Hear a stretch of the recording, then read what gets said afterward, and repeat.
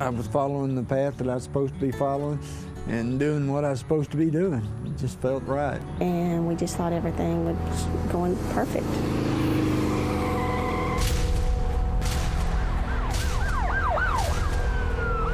I didn't think he lived a daylight. Saw him a number of times after that, and I didn't see how he could live. Not another day. This program raises questions. This program is for people who find it hard to trust God. The best answers are wrapped in flesh and blood. My friends, people who are enduring real tragedies every single day. Quadriplegia, muscular dystrophy, stroke, bankruptcy, loneliness, singleness. We're going to talk to those very people who have touched my life.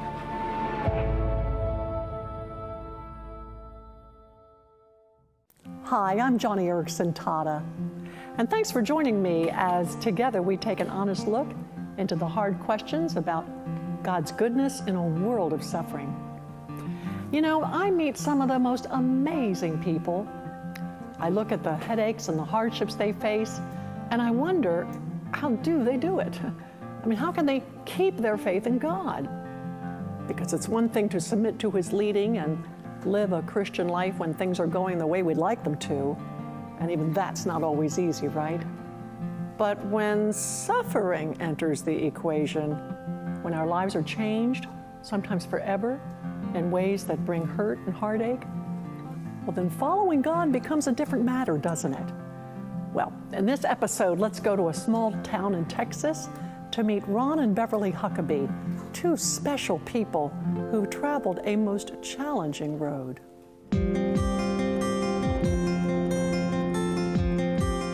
Before the accident, our life was where we thought we would be for the rest of our lives. It was going great. Ron was at his first pastorate.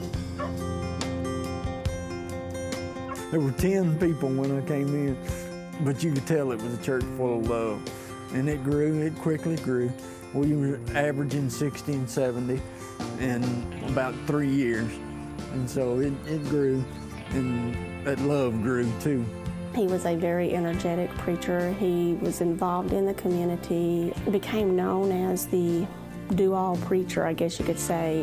He was where the scripture talks about taking care of the elderly. He was their carpenter, their plumber, their mechanic, whatever they needed. And he just had a compassion for the people. And we just thought everything was going perfect. The way it should go. It just seemed like everything was, I was following the path that I was supposed to be following and doing what I was supposed to be doing. It just felt right.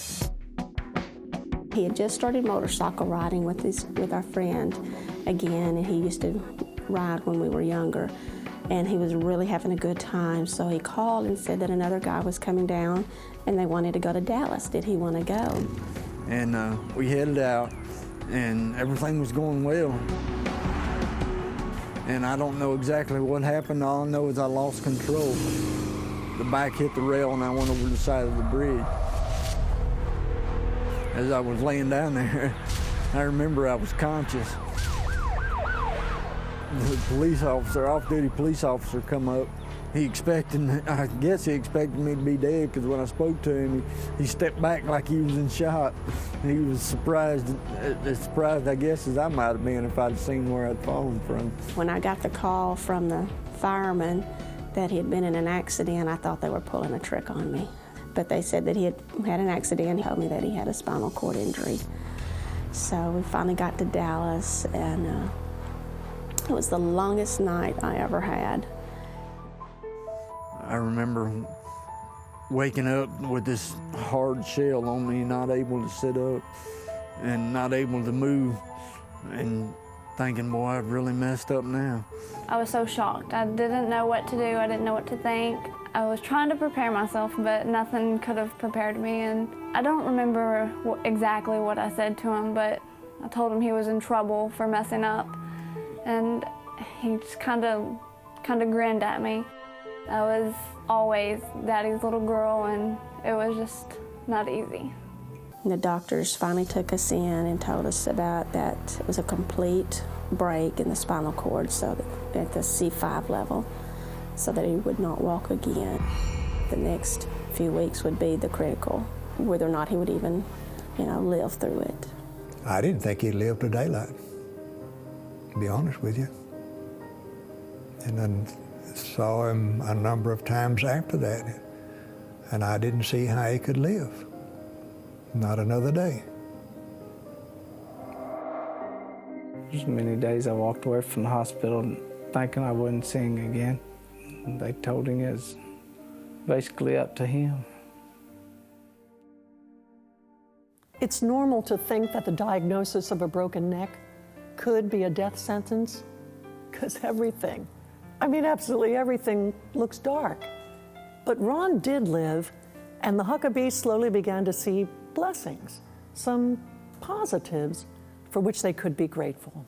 He may not have his hands and feet, but God, even through that fall, which was a 65 to 70 foot fall, he had no head injury at all.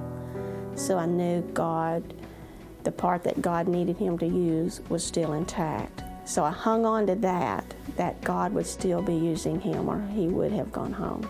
God had a place for him. God's got a purpose for him. He's got work for him to do. We all know it was God that saved my life.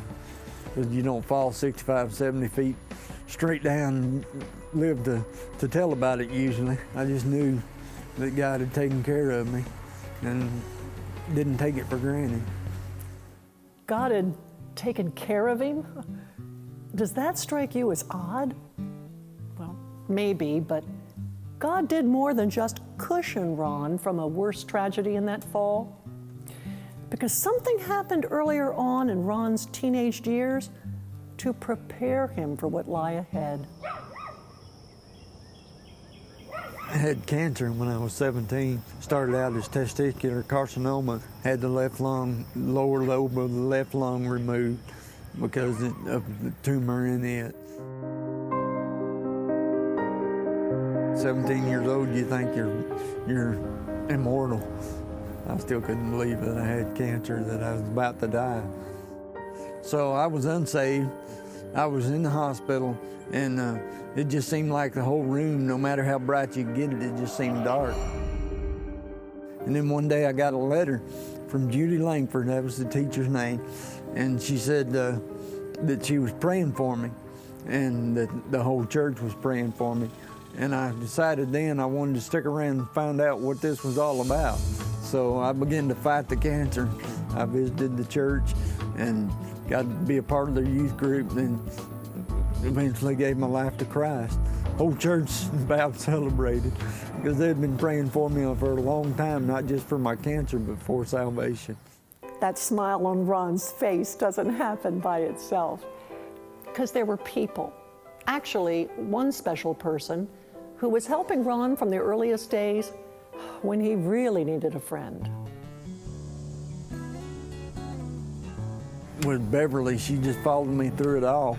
She never gave any discouraging words. She just encouraged me in everything.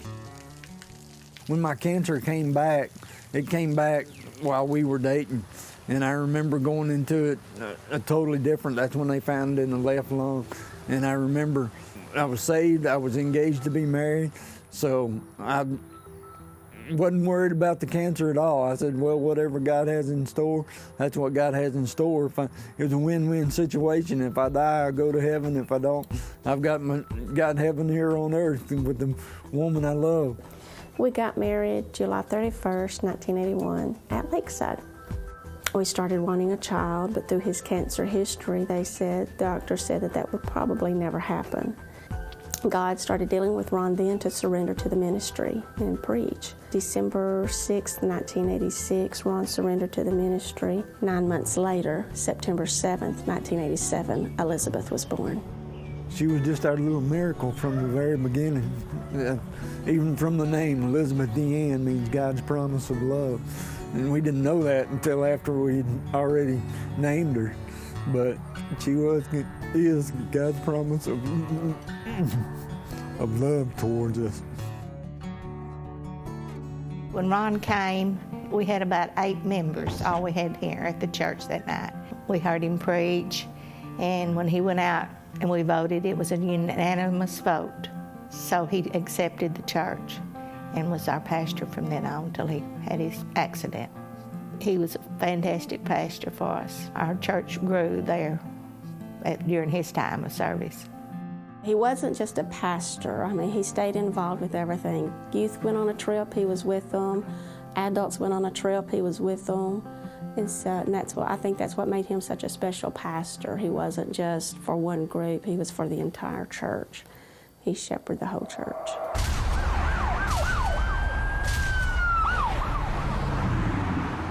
He came home continuing to pastor. Knew that there was a purpose for it, knew that God still had a work for him to do. He still continued to get outside. He would roll down to the church and spend hours down to the church by himself. Somebody would go open the doors and he would just go in and do whatever he needed to do. All that had changed was a wheelchair. It wasn't so bad. We all said as long as he still had his voice, he could still preach.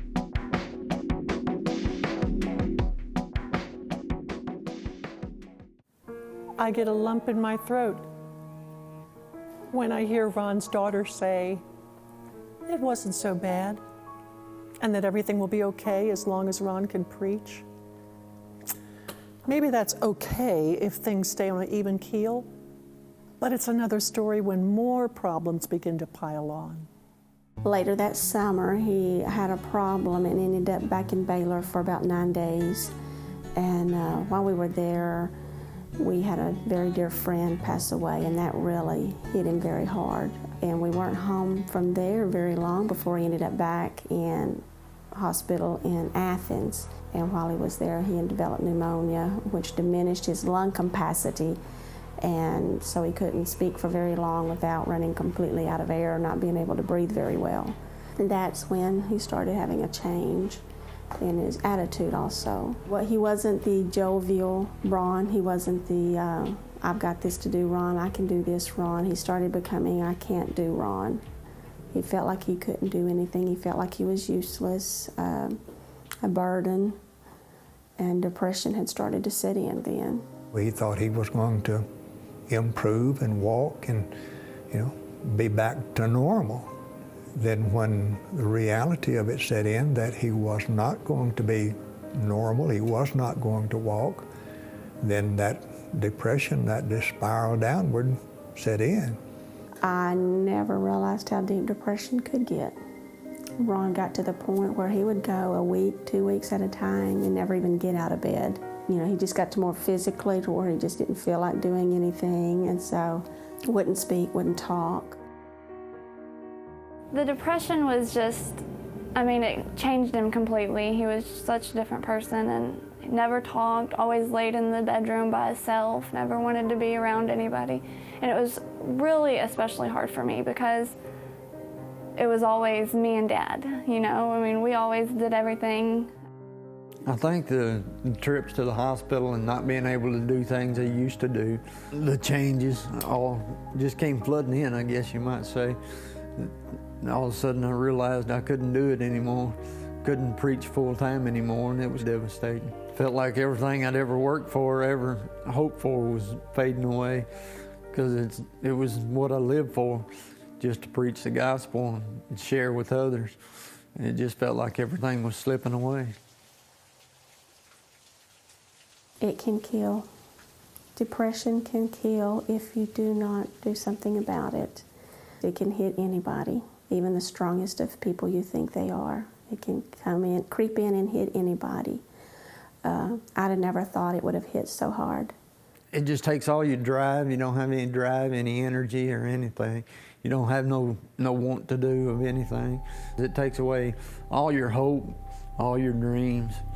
He just began to withdraw, and he just about gave up completely. I just wanted to die. I didn't want to live. I just wanted to die. It's like a bad nightmare. You could look at him and just, knew you still had to give him the strength and ask for God to give him the strength to pull him out of this, because he didn't want to do nothing but lay there and die.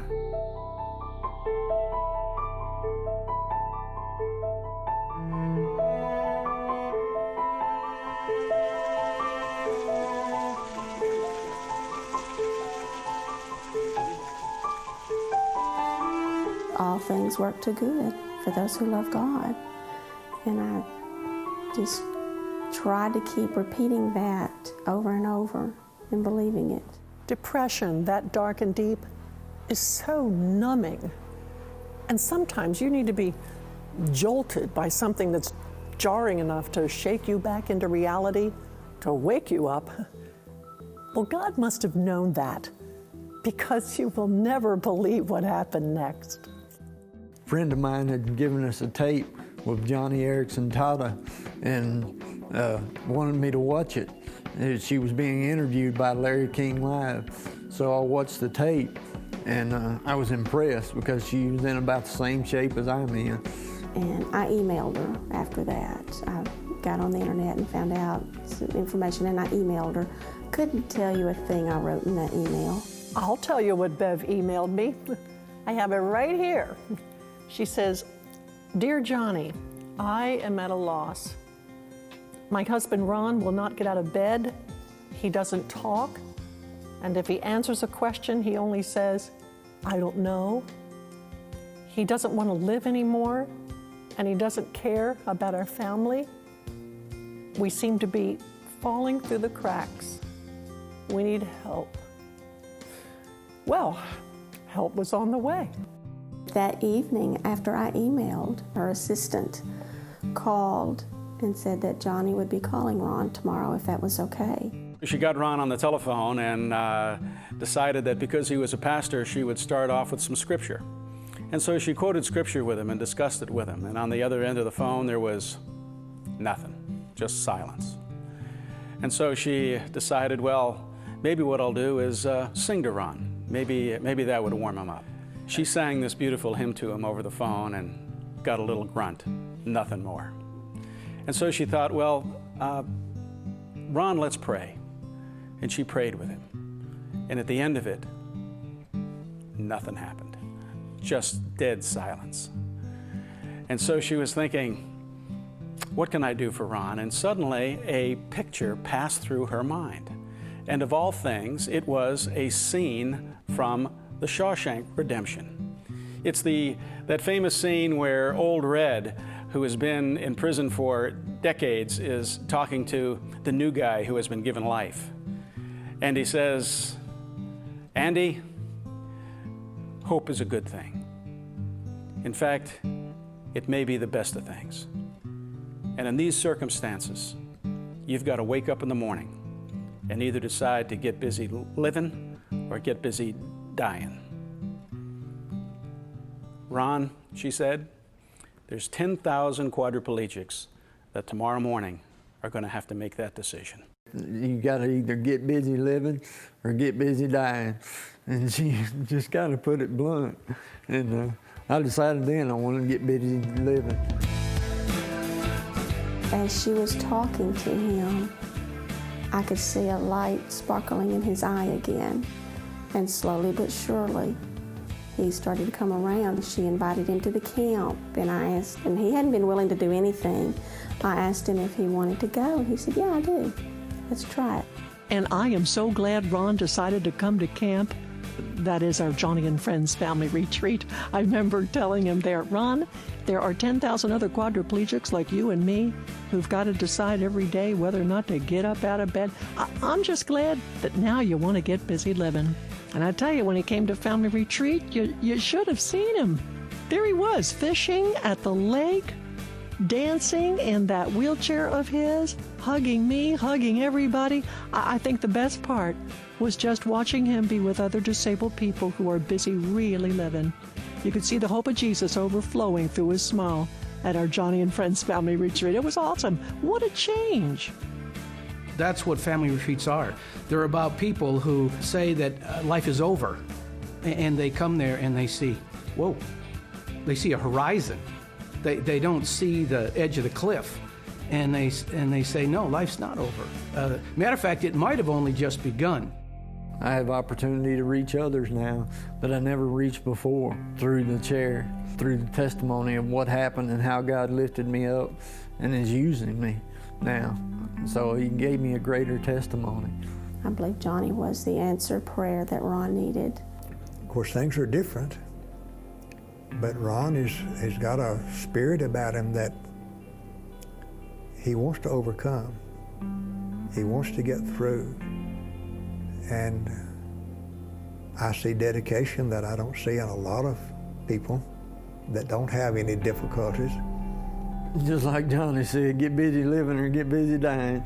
It's time to come out of it and just know that the Lord will supply your every need and take care of you. He'll give you the strength to go day by day if you'll just trust Him. It amazes me how someone can go through so much and just enjoy life, be able to enjoy life. There should not be any doubt in anyone's mind that God has a place for him. If He didn't have a place for him, He didn't have a work for him, then he would have died that first night. He'd have died 25 years ago. In the afternoon, I work for Marketplace Ministries, and I spend a couple hours with a prayer list that I pray over each day. I've received calls from Puerto Rico, I've received calls from Michigan, just all over. I've received calls from people who wanted prayer and just prayed with them over the phone. It's exciting to be back in the pulpit. I preach once a month. He's just been an inspiration to us, you know, to see somebody to go and do like he's done. I just didn't know if I could ever do that or not, you know, being in the circumstances, but he's been marvelous. He's given me hope. With everything that he's gone through, I mean, I don't know anybody that's gone through anything worse, you know, and he's given me hope that no matter what life throws at you or what Satan throws at you, God's always there to bring you through it. God's not finished with him. He's still got big plans for Ron. Just like he had when he gave him cancer. Ron didn't think so, but he found out later he did. And he's got big plans for him now. It's different plans, but he's got big plans for Ron.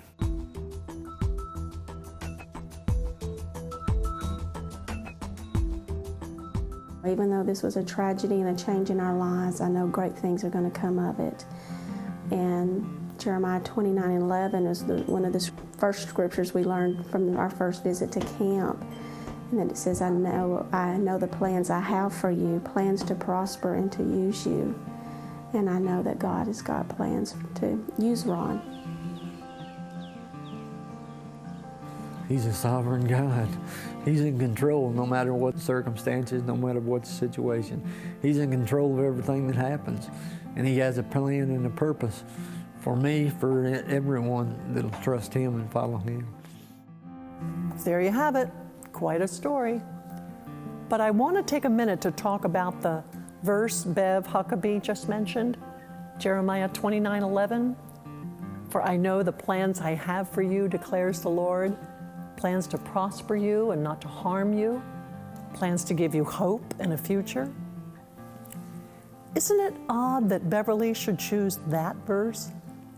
I mean, she boasts in the Lord's plans for her husband. Plans to prosper him and not to harm him. Plans to give Ron hope and a future. It's like, what? But let's take a reality check. The context of this verse is absolutely striking. It's part of a letter written by the prophet Jeremiah and placed into the hands of the Israelites who were being dragged off into exile, into slavery in Babylon. The downtrodden Israelites not only faced a prison march across the desert, but once they arrived in Babylon, they were pressed into forced labor. So how in the world could Jeremiah write to them and say, God's not going to do anything to harm you. Why, you've got hope. You've got a real future. Come on, living as an exile in slavery, that's God's idea of a great plan? A hopeful future? Yet God gave this invigorating and encouraging promise to actually inspire the captives. First, God wanted to tell them not to lose heart, because one day things would get better. The Lord would deliver them. And secondly, and this is really important, God's idea of good often has less to do with our outward circumstances, whether it's slavery for the Israelites or quadriplegia or cancer for Ron Huckabee. It has less to do with external things and more to do with what's on the inside. God is concerned about changing our heart, changing our character, literally transforming us from the inside out. And suffering is often his choicest tool to do just that. Did you see the courage in Ron and Bev's faces? Did you hear the perseverance in their voices and see the victory in their smiles and their eyes? That is the main focus. Now, certainly God's heart goes out to anyone with quadriplegia or cancer, but he has something deeper, something richer and more full of meaning in mind for all of us. God may not keep pain or disappointment or even an accident or an injury away from your door. And I will be honest, it's hard. Even Jesus said, in this world you will have trouble. But God's purpose is to make Ron and Beverly and me and you become more like Christ. So, what is the hope in the future all about? The hope Beverly Huckabee was smiling about when she mentioned Jeremiah 29? It is Christ in you, the hope of glory. There's the meaning. That's the richness. And that is worth any amount of suffering. And if you don't believe me, dig deeper for yourself into Jeremiah 29. Or just remember my friends, the Huckabees, in that sleepy little town in South Texas. It goes without saying that a Johnny and Friends family retreat is helping the lives of families like the Huckabees learn how to really get busy living. But there are so many more families burdened by discouragement, depression, families that really need the help and hope of God. So won't you join me in expanding our outreach to families across the nation? Call right now and make a donation. Our website and our toll-free number are at the bottom of your screen. Thank you, friend, for helping. Your prayers and your financial gift will really enable us to make a huge difference. And don't forget, tomorrow morning when you wake up, grab hold of the grace of Jesus Christ and get busy living. This episode of Johnny and Friends is available on DVD for $19.95 at johnnyandfriendstv.org. Join us again next week for Johnny and Friends. This program was sponsored in honor of Dan and Barb Patterson.